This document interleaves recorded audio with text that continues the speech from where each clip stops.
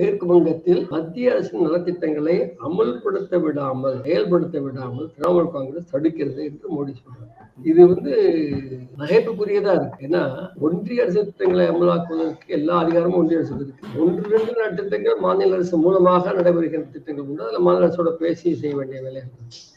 ஆனா இவங்க எந்த பிரச்சனையிலுமே மாநில அரசை கலக்காம செயல்படுறாங்க தானே. இந்தியா பூரா எல்லா மாநிலங்களையும் தமிழகத்தை தான் கேட்டாங்களா? அவங்க தமிழகத்துல நடவடிக்கைகளை மேற்கொண்டு போனது.